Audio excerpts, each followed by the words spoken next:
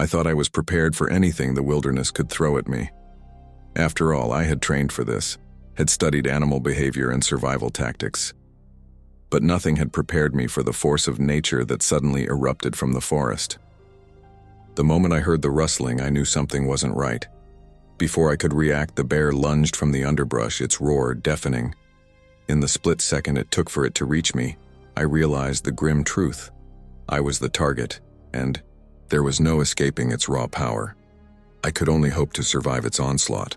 Hello everyone, welcome to the channel. Before we dive into today's stories, I'd like to ask for your support by subscribing to the channel. Your subscription is very important to us, so please subscribe to stay updated with future stories. Also, leave a comment letting me know which city in the world you're watching from. Now, let's get into the first attack. Dan Walker took a deep breath, savoring the crisp Montana air as he stood on the banks of the Middle Fork Flathead River. The retired banker from Kalispell had been looking forward to this fly fishing trip for weeks.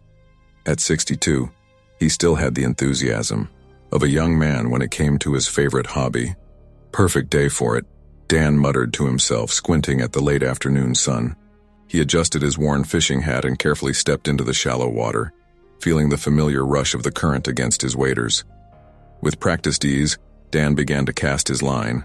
The rhythmic motion was almost meditative, allowing his mind to wander as he enjoyed the solitude. The only sounds were the gentle gurgle of the river and the occasional call of a distant bird.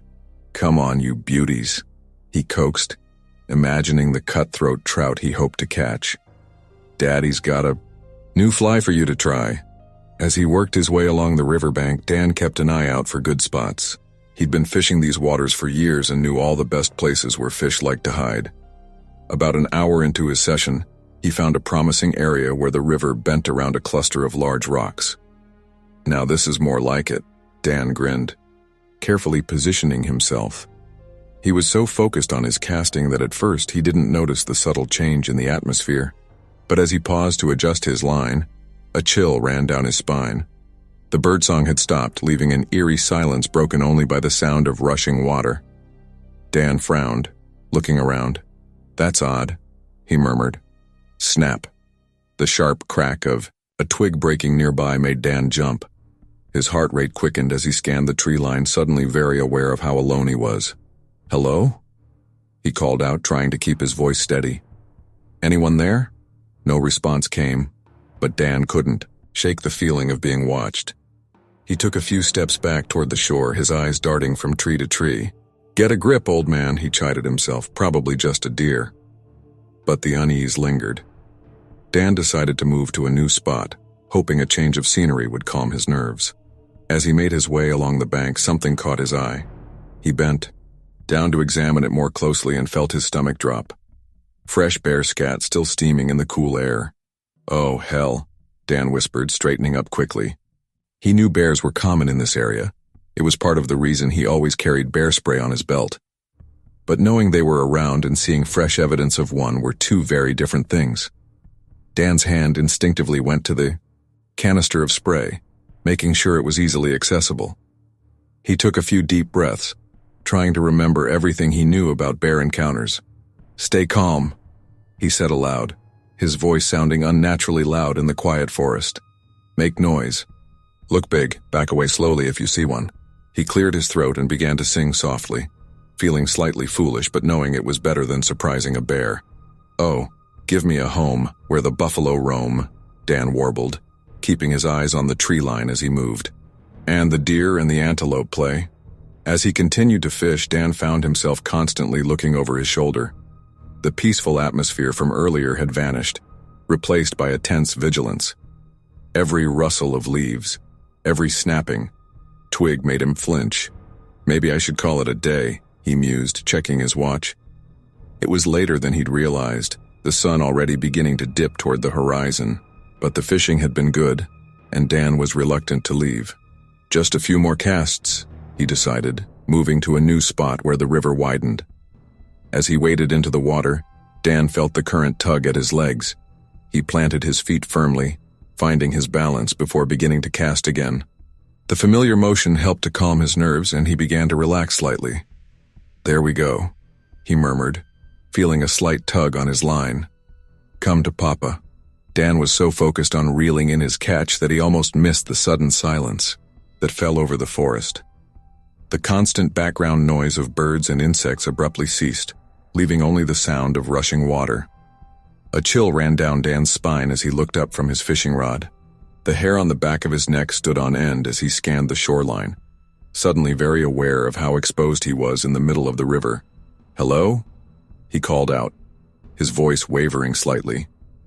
"Anyone there?" No response came, but Dan couldn't shake the feeling that something was watching him. He began to reel in his line quickly, deciding it was time to leave. As he turned to wade back to shore, a movement caught his eye. Something large and dark was moving through the trees at the edge of the clearing. Dan's heart began to race as he squinted, trying to make out what it was. For a moment he thought he saw the glint of eyes watching him from the shadows. "Oh God," he whispered, his hands shaking as he fumbled with his fishing rod. The silence was broken by a low, rumbling growl that seemed to reverberate through the air. Dan felt his blood run cold as he realized what he was seeing. A massive grizzly bear emerged from the tree line, its eyes locked on him. "No, no, no," Dan muttered, his mind racing as he tried to remember what to do in a bear encounter. He slowly began to back away, his feet unsteady in the rushing water. The fishing rod slipped from his trembling hands, but he barely noticed.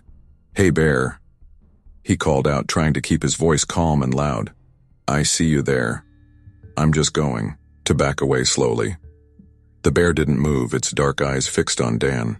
It sniffed the air, nostrils flaring. Dan continued to back away, his heart pounding so hard he could feel it in his throat. "That's right, just stay there. I'm not a threat to you." Suddenly, the bear rose up on its hind legs, towering over Dan. It let out a deafening roar that echoed across the water. "Oh shit," Dan gasped, stumbling backward in panic. His foot caught on a submerged rock and he lost his balance. With a splash, Dan fell backwards into the icy river. The last thing he saw before the current pulled him under was the massive form of the grizzly bear, silhouetted against the darkening sky. As the roar of the river filled his ears, Dan realized with terrifying clarity that his peaceful fishing trip had turned into a nightmare. The calm before the storm had passed, and now as the sun set over the Montana wilderness, Dan Walker found himself fighting for survival against the raw power of nature. The icy water of the Middle Fork Flathead River shocked Dan's system as he plunged beneath the surface. For a moment, panic threatened to overwhelm him as he tumbled in the current, disoriented and gasping for air. His years of experience on the river kicked in and he fought to regain control. With a powerful kick, Dan broke the surface, gulping in air. "Help!" he shouted instinctively, though he knew there was no one around to hear him. The roar of the river nearly drowned out his voice. As he treaded water, Dan's eyes darted to the shore where he had last seen the grizzly bear. His heart sank as he spotted the massive creature lumbering along the riverbank, keeping pace with him as he drifted downstream. "Stay back!" Dan yelled at the bear, his voice cracking with fear. "Go away!" The bear seemed unfazed by his shouts, its dark eyes fixed on Dan as it moved with surprising speed along the shore. Dan realized with growing horror that the bear was hurting him, cutting off his escape routes to the riverbank. "Think, Dan. Think," he muttered to himself, trying to formulate a plan. His waders were weighing him down, making it difficult to swim. With shaking hands, he reached for the release straps, struggling to undo them in the rushing water.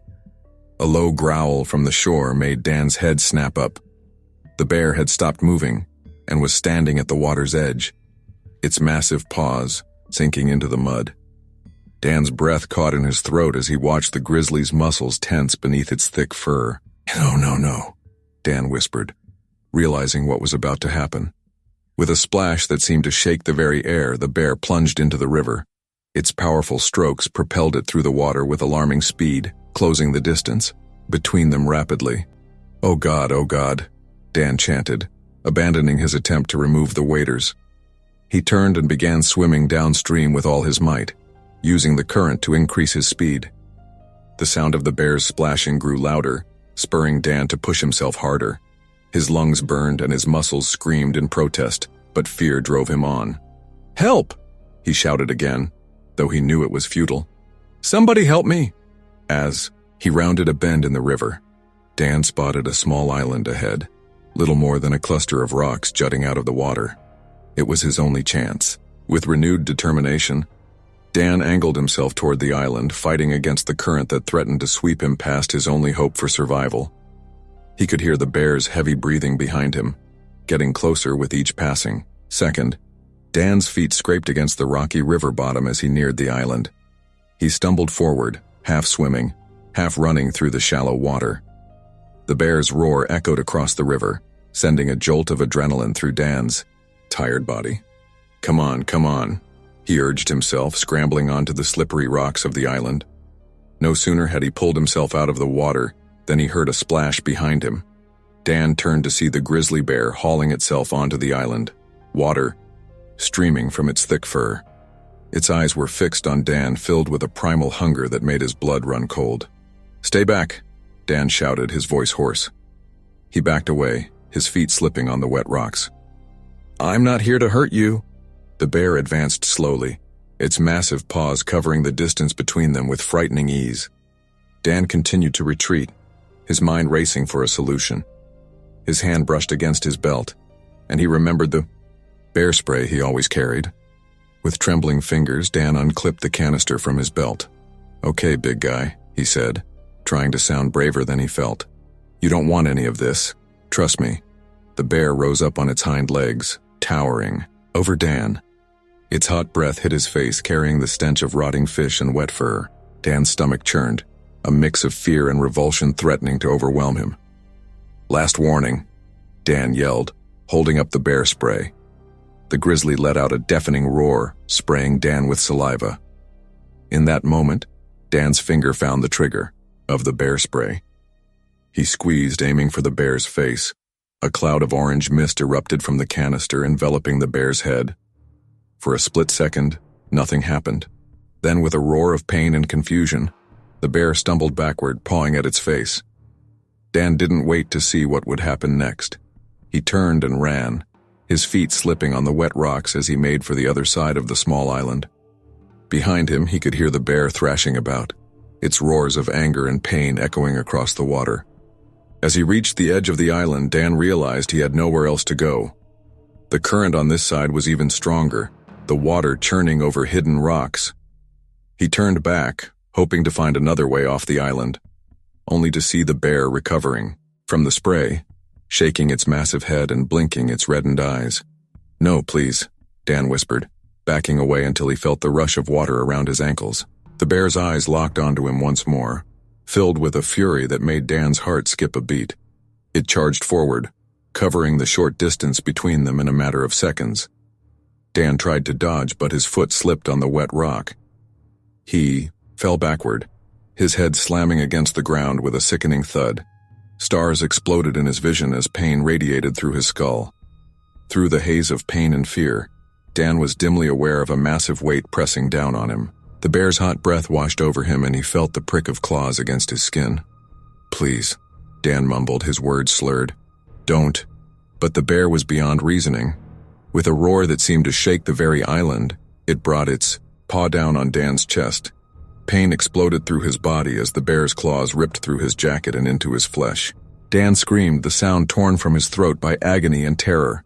He flailed wildly, his fists connecting with the bear's thick fur. By some miracle, one of his punches landed squarely on the bear's sensitive nose. There was a sickening crunch, and the bear reared back with a roar of pain. Blood and saliva dripped onto Dan's face as the grizzly shook its massive head. In that moment of reprieve, Dan's survival instincts took over. With a surge of adrenaline, he rolled to the side, tumbling off the edge of the island and back into the frigid water of the Flathead River. The shock of the cold water brought Dan back to full awareness. He gasped, choking on water as the current immediately began to pull him downstream. Behind him, he could hear the bear's roars of frustration. As the river swept him away from the island, Dan caught one last glimpse of the grizzly. It stood at the edge of the rocks, its fur matted with blood, both its own and Dan's. Its eyes followed him as he was carried away by the current, a silent promise that this encounter was far from over. Dan's last coherent thought before the river pulled him under once more was a grim realization. His fight for survival was only just beginning. Dan burst through the surface of the Middle Fork Flathead River, gasping for air. His lungs burned as he gulped in oxygen, the taste of river water lingering in his mouth. For a moment, he could only focus on breathing, his mind still reeling from the terrifying encounter on the small island. "I'm alive," he sputtered, coughing up water. "I'm alive." The relief was short-lived. As Dan oriented himself in the rushing current, his eyes darted to the shoreline. His heart sank as he spotted the massive grizzly bear charging along the riverbank, keeping pace with his drifting body. "No, no, no," Dan muttered, fear gripping him once more. He began to swim desperately, fighting against the current that threatened to pull him under. The bear's roar echoed across the water, spurring Dan to push harder. His arms and legs burned with exertion, but adrenaline kept him moving. He could hear the bear's heavy breathing and the sound of breaking branches as it plowed through the riverside vegetation. "Help!"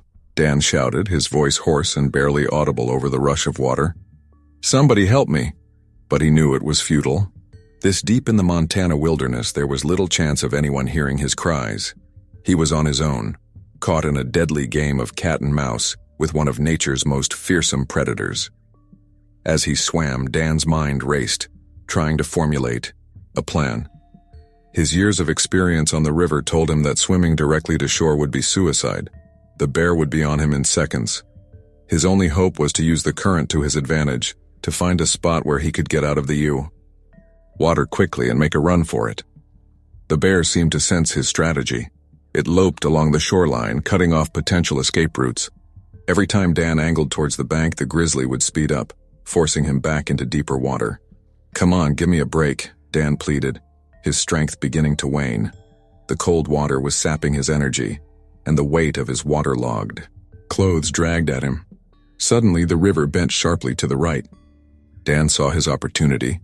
A small beach on the inside of the bend, partially hidden by overhanging trees. If he could reach it, he might have a chance to scramble up the bank and into the forest before the bear could reach him. With renewed determination, Dan angled himself towards the beach, using the current to propel him forward. He could see the bear on the opposite bank, momentarily confused by the river's change in direction. "This is it," Dan muttered through chattering teeth. "Now or never." As he neared the beach, Dan's feet scraped against the rocky river bottom. He stumbled forward, half swimming, half running through the shallow water. Behind him, he heard a splash. The bear had entered the river, cutting across the bend to intercept him. Dan's heart pounded in his chest as he finally reached the shore. His legs felt like lead as he staggered up the beach, water streaming from his clothes. He risked a glance over his shoulder and saw the bear's massive form cutting through the water with frightening speed. "Move, damn it," Dan yelled at himself, forcing his exhausted body into motion. He sprinted up the beach towards the tree line, his wet boots slipping on the loose stones. The sound of the bear's splashing grew louder, driving Dan to push himself beyond his limits. Just as he reached the edge of the forest, Dan's foot caught on an exposed root. He stumbled, arms windmilling as he fought to keep his balance. For a heart-stopping moment, he thought he would fall, but somehow he managed to stay upright. The momentary delay was costly. As Dan plunged into the underbrush, he heard the bear's heavy breathing right behind him.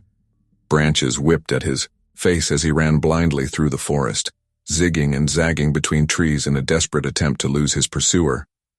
"Please, God," Dan panted, his lungs burning. "Help me." He could hear the bear crashing through the undergrowth behind him, getting closer with each passing second. Dan's mind raced, trying to remember everything he knew about bear behavior. Should he climb a tree? Play dead? Neither option seemed viable with the enraged grizzly so close on his heels. Suddenly, the forest opened up into a small clearing. In the center stood a massive old-growth pine, its lower branches just within reach.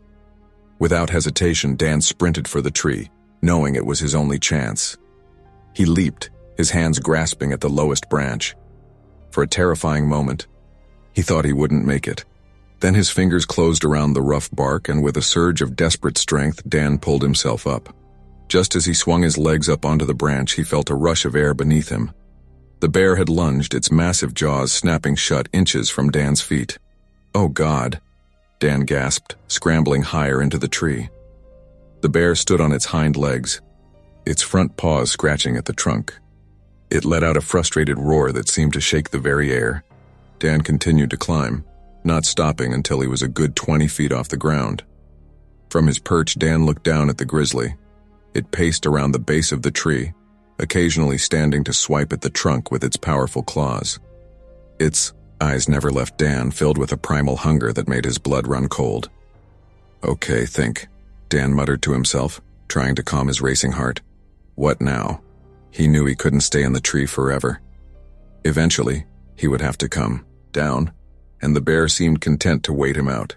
Dan checked his pockets, hoping for something, anything that might help him. His fingers closed around his cell phone, and for a moment, hope surged through him. With shaking hands, Dan pulled out the phone.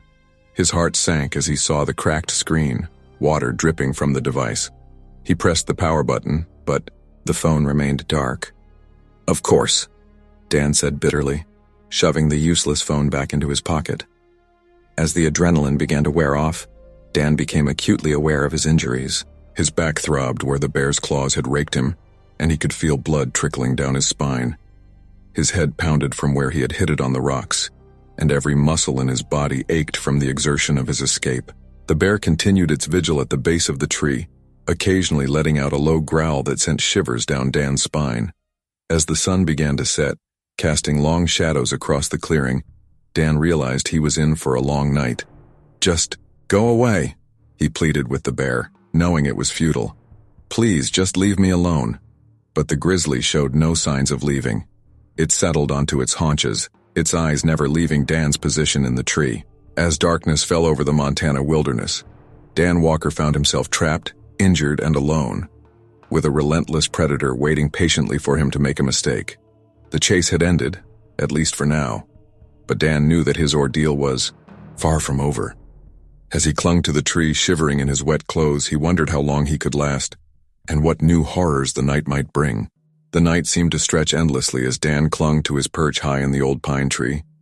Every rustle of leaves, every snap of a twig in the darkness below sent a jolt of fear through his exhausted body. The grizzly bear remained at the base of the tree, its massive form barely visible in the moonlight that filtered through the forest canopy. As the first light of dawn began to creep across the sky, Dan's eyelids grew heavy. He had fought against sleep all night, terrified of falling from his precarious position, but exhaustion was taking its toll, and he found himself drifting off despite his best efforts. A loud snort from below jerked Dan back to full alertness. He blinked, momentarily disoriented, before remembering where he was. The events of the previous day came rushing back, and he looked down to see the bear still there, watching him with unwavering patience. "You've got to be kidding me," Dan muttered, his voice hoarse from thirst and fear. "Don't you ever give up." The bear, of course, didn't respond. It merely tilted its head as if considering Dan's words. Then, with a low growl that sent shivers down Dan's spine, it began to circle the tree once more. Dan's stomach growled loudly, reminding him that it had been nearly a day since he'd last eaten. His mouth was dry, his lips cracked from dehydration. He knew he couldn't stay in the tree much longer. He needed water, food, and medical attention for his injuries. "Okay, Dan," he said to himself, trying to think through his options. "You can't stay here forever. You've got to do something." As if in response to his thoughts, the bear suddenly reared up on its hind legs, its massive paws scraping against the trunk of the tree. The whole pine shook with the force of the impact, and Dan clung tightly to his branch, his heart racing. "Stop it," he shouted down at the bear, fear and frustration mixing in his voice. "Just leave me alone." The bear dropped back to all fours, but its eyes remained fixed on Dan. It let out a low, rumbling growl that seemed to vibrate through the very air. Dan knew he had to act. His survival instincts, honed by years of outdoor experience, were screaming at him to move, to do something, anything to change the situation. With shaking hands, he began to search his pockets, hoping to find something he could use. His fingers closed around the small canister of bear spray he always carried. It was a miracle it hadn't been lost in the river. Dan pulled it out, checking, to see how much was left after his earlier use on the island. There was still some spray remaining, but not much. "It'll have to do," Dan muttered, formulating a desperate plan. He looked around, spotting a sturdy branch a few feet below him. If he could make it to that branch, he'd be in a better position to make a run for it. But first, he needed to distract the bear. Dan took a deep breath, steeling himself for what he was about to do. "Here goes nothing," he whispered. In one swift motion, Dan swung down to the lower branch. The sudden movement caught the bear's attention, and it reared up once more, its massive paws reaching for Dan. "Now!" Dan yelled, aiming the bear spray directly at the grizzly's face. He squeezed the trigger, and a cloud of orange mist erupted from the canister. The bear roared in pain and confusion, stumbling backward and pawing at its eyes. Dan didn't waste a second. He scrambled down the tree as fast as he could, his muscles screaming in protest. As his feet hit the ground, he took off running, not daring to look back. He could hear the bear thrashing about behind him, its roars of anger echoing through the forest.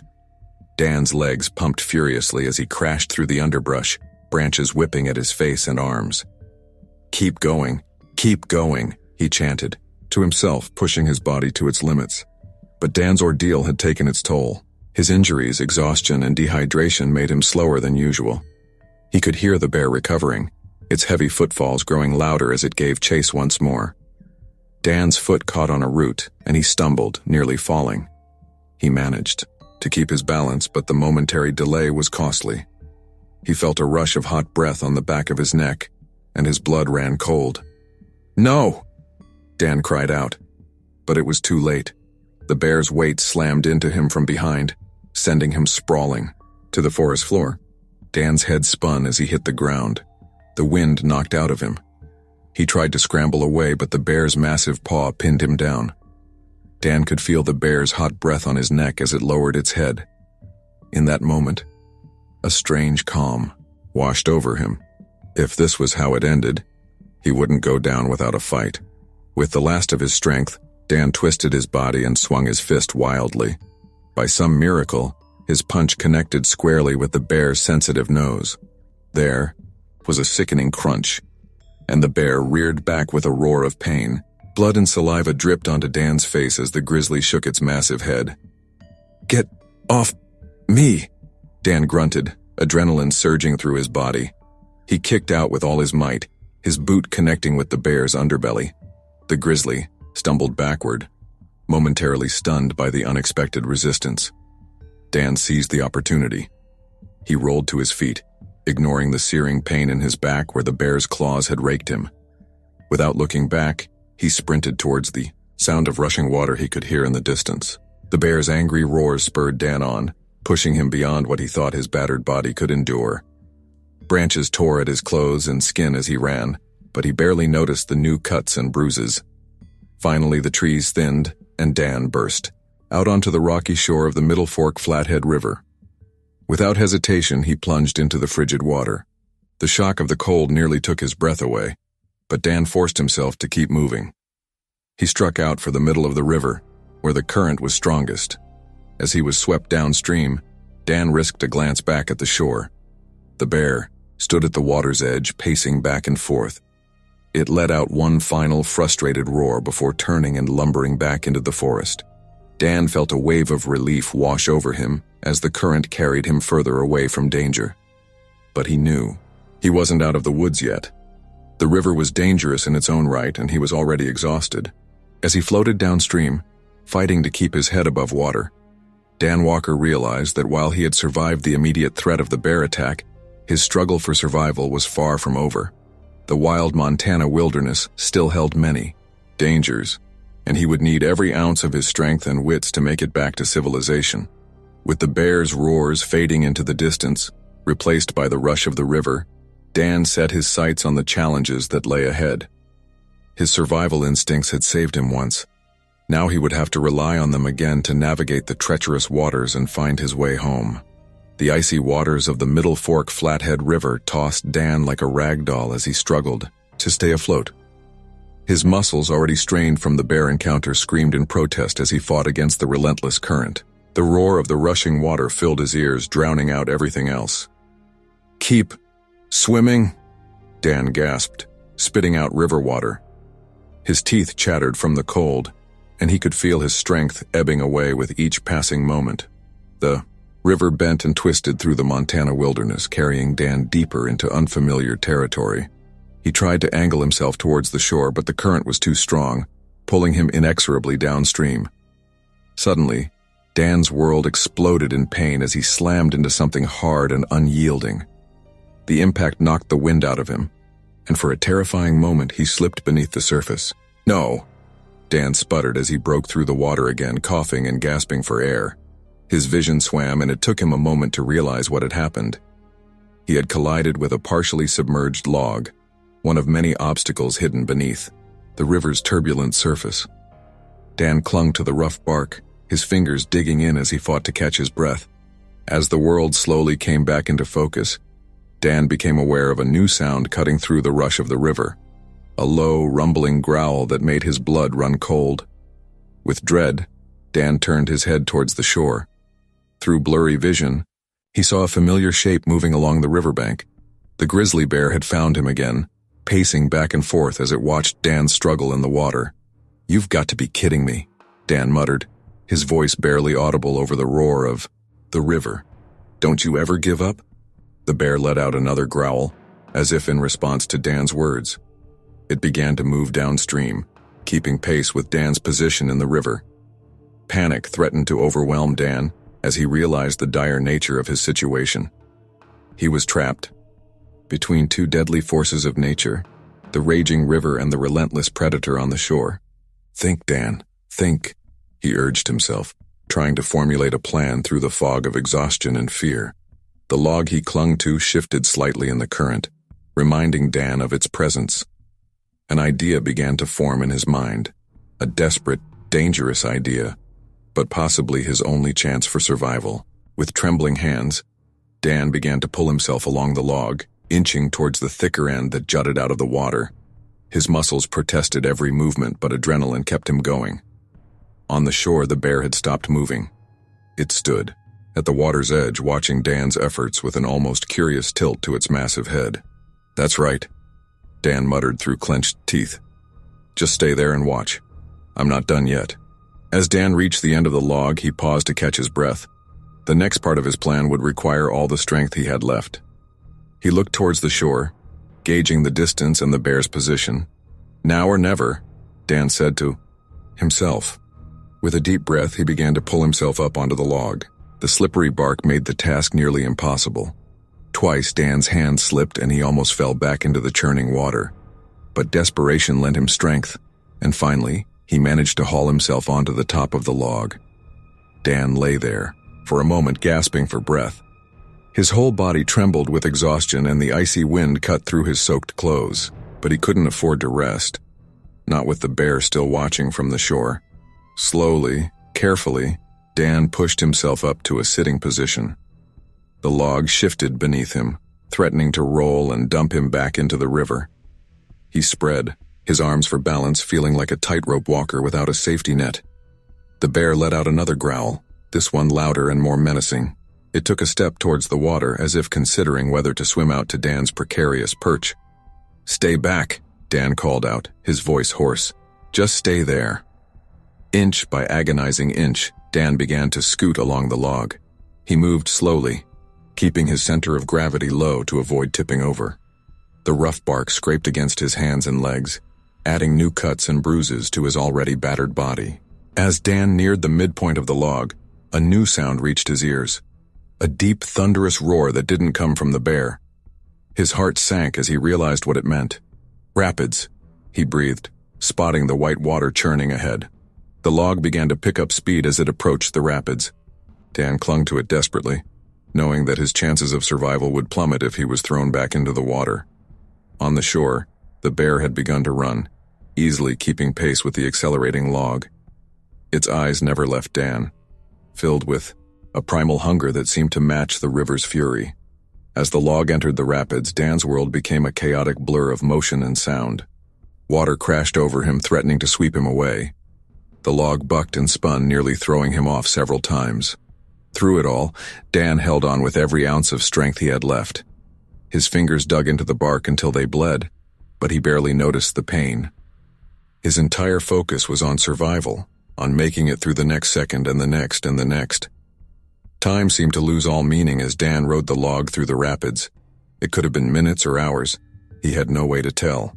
All he knew was the constant struggle to stay on the log, to keep his head above water, to breathe when he could. Finally, mercifully, the roar of the rapids began to diminish. The log's wild dance slowed as it entered calmer waters. Dan raised his head, blinking water from his eyes as he tried to get his bearings. The river had widened, flowing more gently between steep, forested banks. Dan's heart leaped as he spotted a small beach on one side, his first real chance to get out of the water since his desperate plunge to escape the bear. With the last of his strength, Dan began to guide the log towards the shore.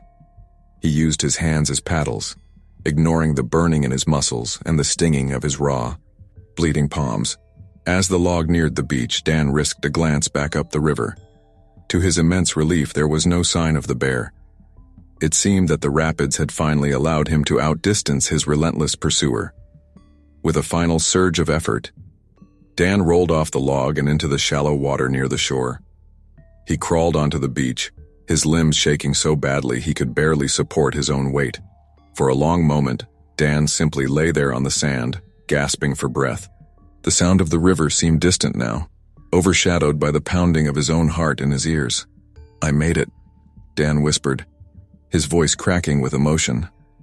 "I'm alive." As the adrenaline began to fade, Dan became acutely aware of his injuries and exhaustion. Every part of his body ached and he was chilled to the bone from his long immersion in the icy river. But he was alive. Against all odds, he had survived the bear attack and the river's fury. As Dan slowly pushed himself up to a sitting position, he knew that his ordeal was far from over. He was lost, injured, and alone in the wilderness. But he had made it this far, and he was determined to see it through. With the setting sun painting the sky in brilliant hues of orange and pink, Dan Walker began to take stock of his situation and plan his next move. The river had carried him far from where his nightmare had begun, but it had also given him a chance at survival. Now it was up to him to find his way back to civilization, and to make sure that his incredible story of survival didn't end here on this lonely beach.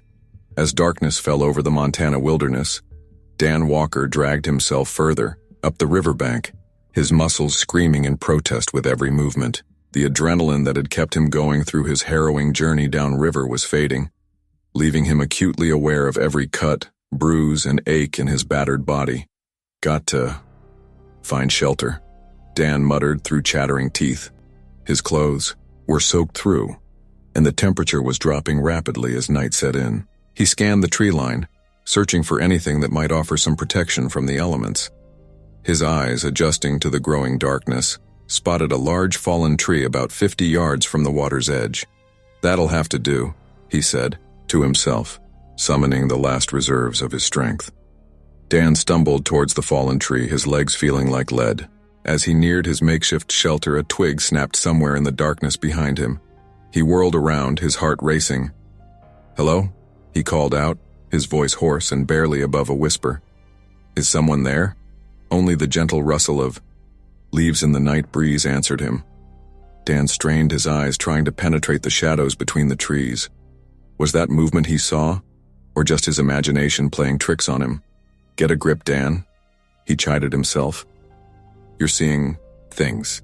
But as he turned back towards the fallen tree, he couldn't shake the feeling of being watched. The events of the past day had left him on edge, his nerves raw and his paranoia growing with each passing moment. Dan reached the fallen tree and carefully lowered himself to the ground, wincing as his injuries protested the movement. The massive trunk provided some shelter from the wind, and the thick canopy of leaves overhead offered a modicum of protection should it rain. As he settled in, Dan took stock of his situation. He had no food, no water, and no supplies beyond the clothes on his back. His cell phone was ruined, leaving him with no way to call for help. He was miles from any hiking trail or campsite, in a part of the wilderness he was unfamiliar with. "Okay, think," Dan said aloud, trying to organize his thoughts.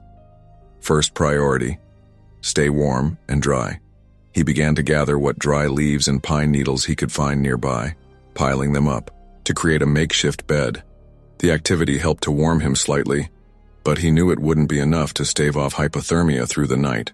As Dan worked, the sounds of the forest at night grew louder. An owl hooted in the distance, and somewhere far off, a wolf howled. Each noise made him jump, his imagination conjuring images of the grizzly bear somehow tracking him down. "It's gone," Dan reassured himself. "You lost it in the rapids. It's not coming back." But even as he said the words, he wasn't sure he believed them. The bear had shown an almost supernatural determination in its pursuit. Could he really be sure it had given up? With his bed of leaves prepared, Dan huddled against the fallen tree, trying to make himself as small as possible to conserve body heat. He was exhausted beyond measure, but fear kept sleep at bay. Every time he closed his eyes, he saw the bear's massive form charging towards him, felt its hot breath on his face. The hours crawled by, each minute feeling like an eternity. Dan drifted in and out of a fitful doze, jerking awake at every snapping twig or rustling leaf. His mind, addled by exhaustion and fear, began to play tricks on him.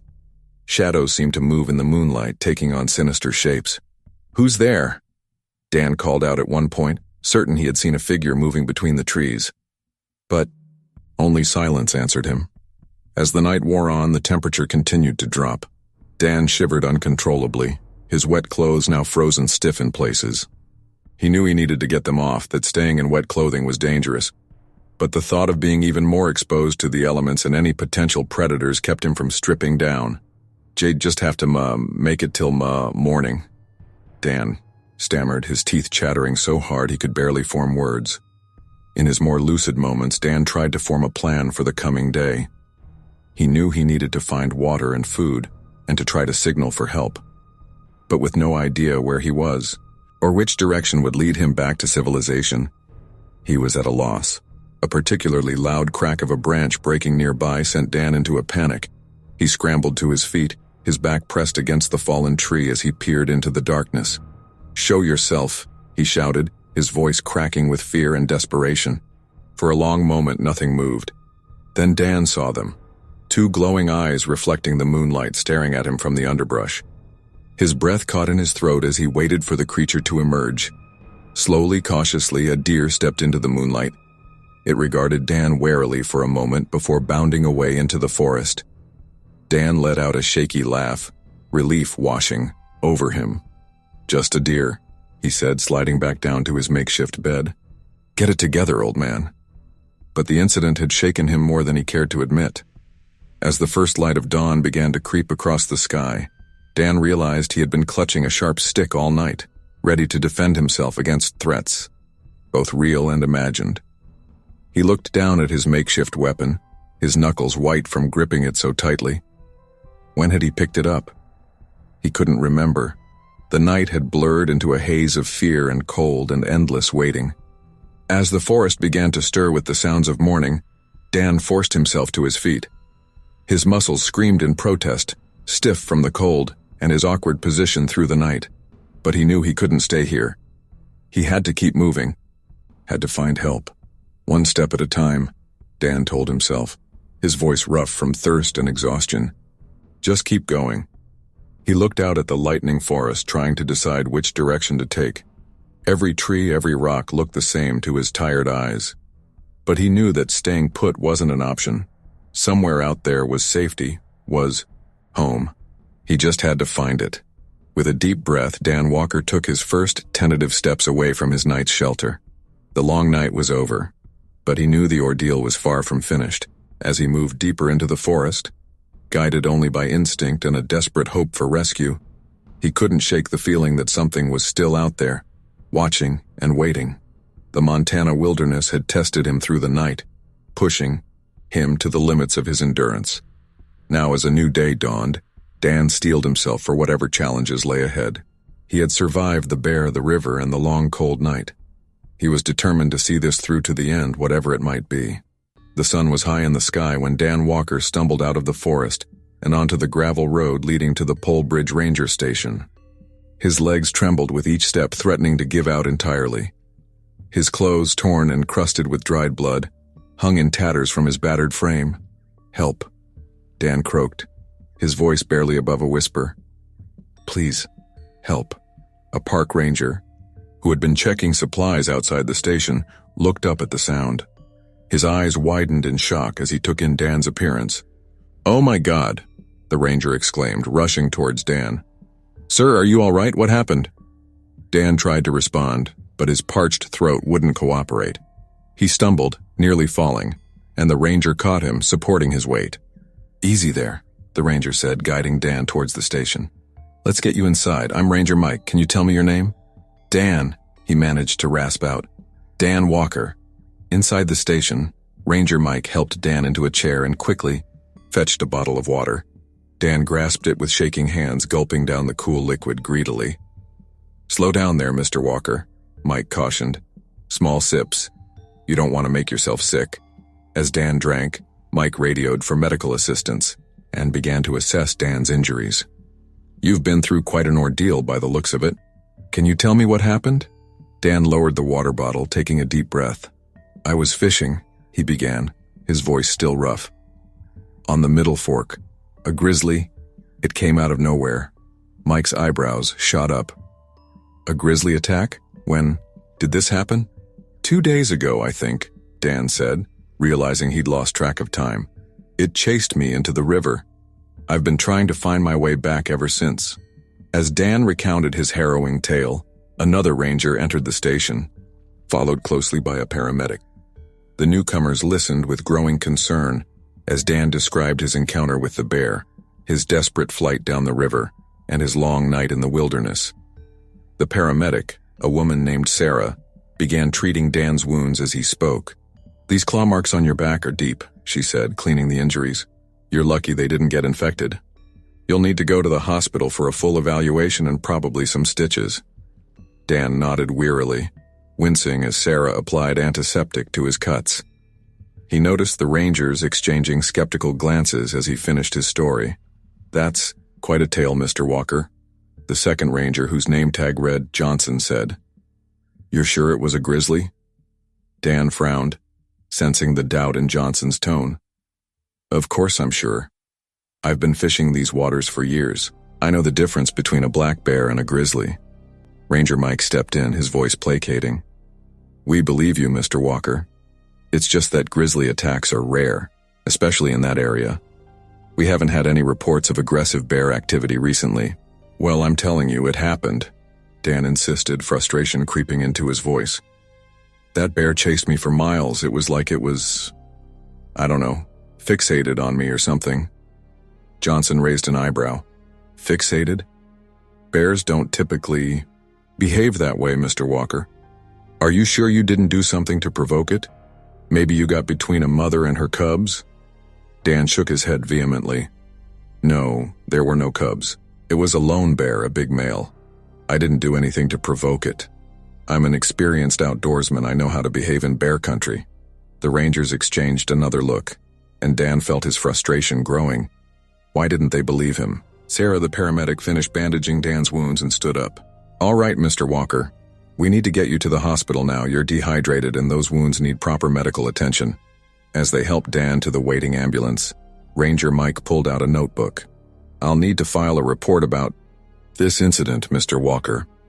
Would you mind if I asked you a few more questions later after you've been treated?" Dan nodded wearily. "Sure, whatever you need. But I'm telling you, it was a grizzly. A big one." In the ambulance, as Sarah hooked him up to an IV, Dan couldn't shake the feeling that the rangers hadn't entirely believed his story. He closed his eyes, replaying the terrifying events in his mind. Had it really happened the way he remembered? The bear had seemed so relentless, so unnaturally focused on him. Was it possible he had exaggerated the danger in his mind? No, he told himself, firmly. He knew what he had experienced. The terror had been real, the danger immediate and overwhelming. Why couldn't they see that? Several days later, Dan sat in his living room in Kalispell, reading the local newspaper. His body was on the mend, though the doctors had told him it would be weeks before he was fully recovered. He scanned the pages, looking for any mention of his ordeal. Finally, he found it. A small article tucked away on page 6.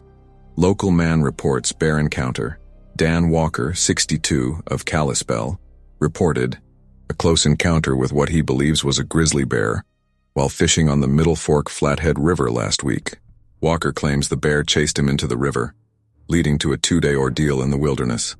Park rangers state that while bear sightings are common in the area, aggressive behavior is rare. It was likely a case of a startled bear, probably a black bear reacting defensively, said Ranger Mike Thompson. We remind all visitors to be bear aware and take proper precautions when in bear country. Dan threw the paper down in disgust.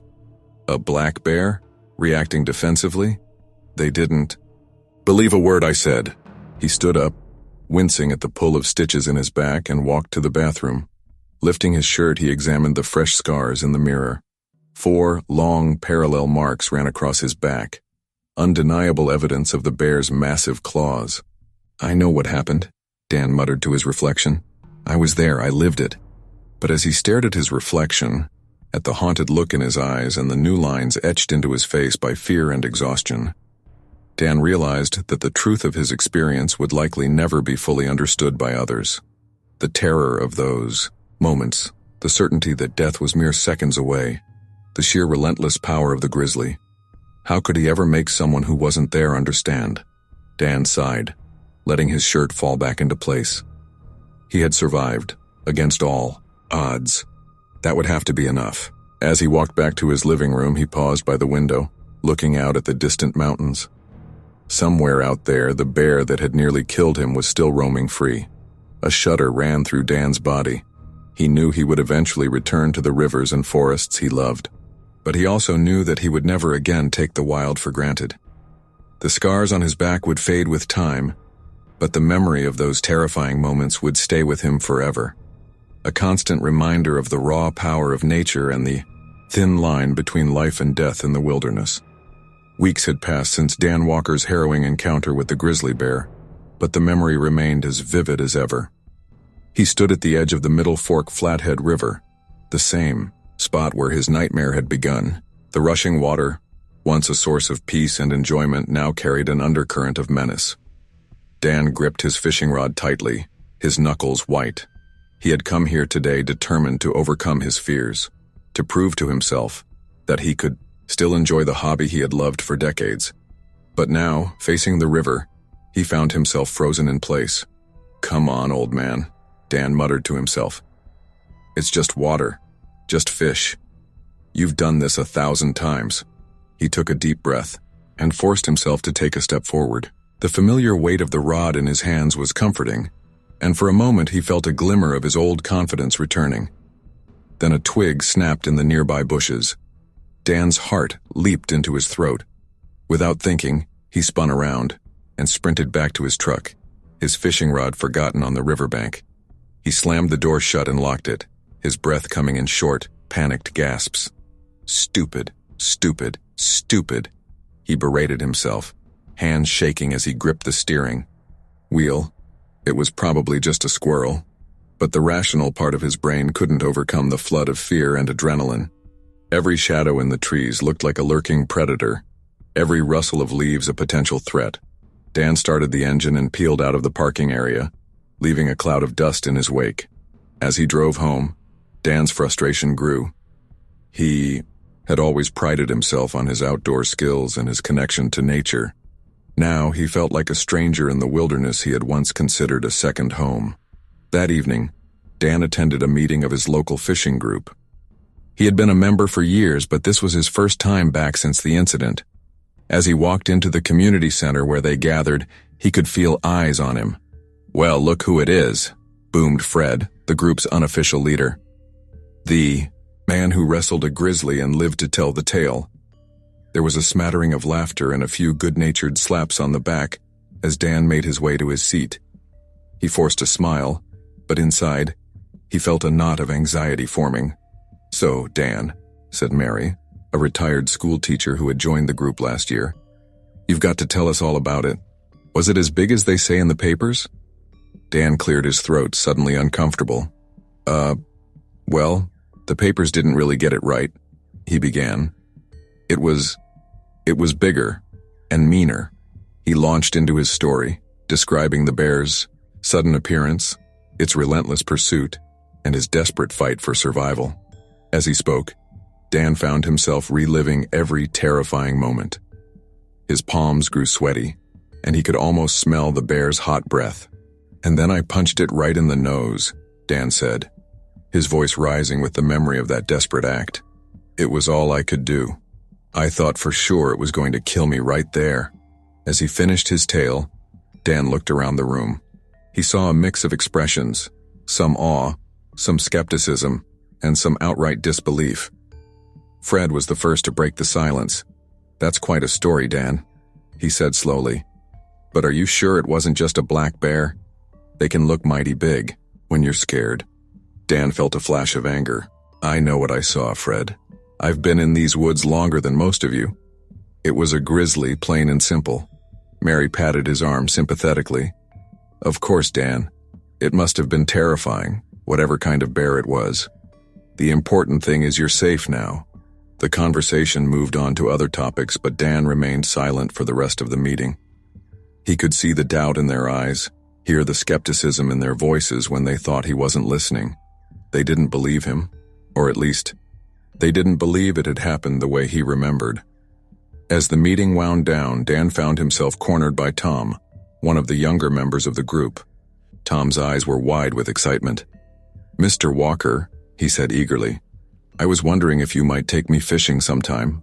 I'd love to learn from someone with your experience, and maybe you could show me where you saw that grizzly." Dan felt a cold sweat break out on his forehead. The thought of going back there, of potentially facing that bear again, made his stomach churn. But he couldn't let this kid see his fear. "I don't think that's a good idea, Tom," Dan said, trying to keep his voice steady. "That area's not safe. We should stick to the more popular fishing spots." Tom's face fell and Dan felt a pang of guilt. He used to love taking newcomers under his wing, sharing his knowledge and passion for fishing. Now, the thought of being responsible for someone else's safety in the wilderness filled him with dread. That night, Dan tossed and turned in bed, unable to sleep. Every time he closed his eyes, he saw the bear's massive form charging towards him, felt the icy water of the river pulling him under. He woke up in a cold sweat, the bear's roar echoing in his ears. As dawn broke, Dan gave up on sleep and made his way to the kitchen. He put on a pot of coffee and stared out the window at the mountains in the distance. Somewhere out there, the bear that had nearly killed him was still roaming free. Dan's hand unconsciously went to his back, tracing the scars left by the bear's claws.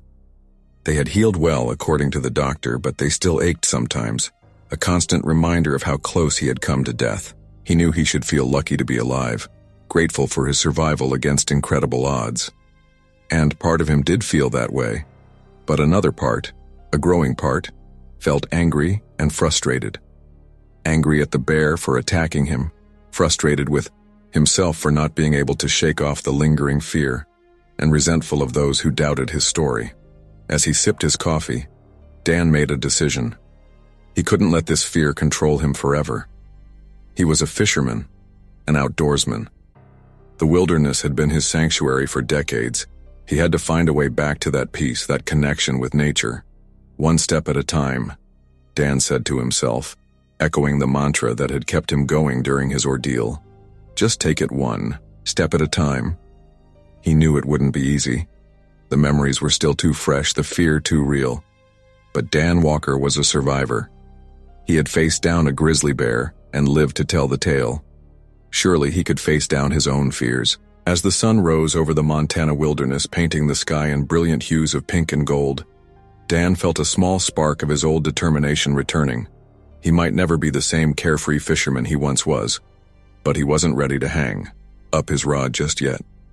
The river was calling, and one day, maybe not today, maybe not tomorrow, but one day, he would answer that call again.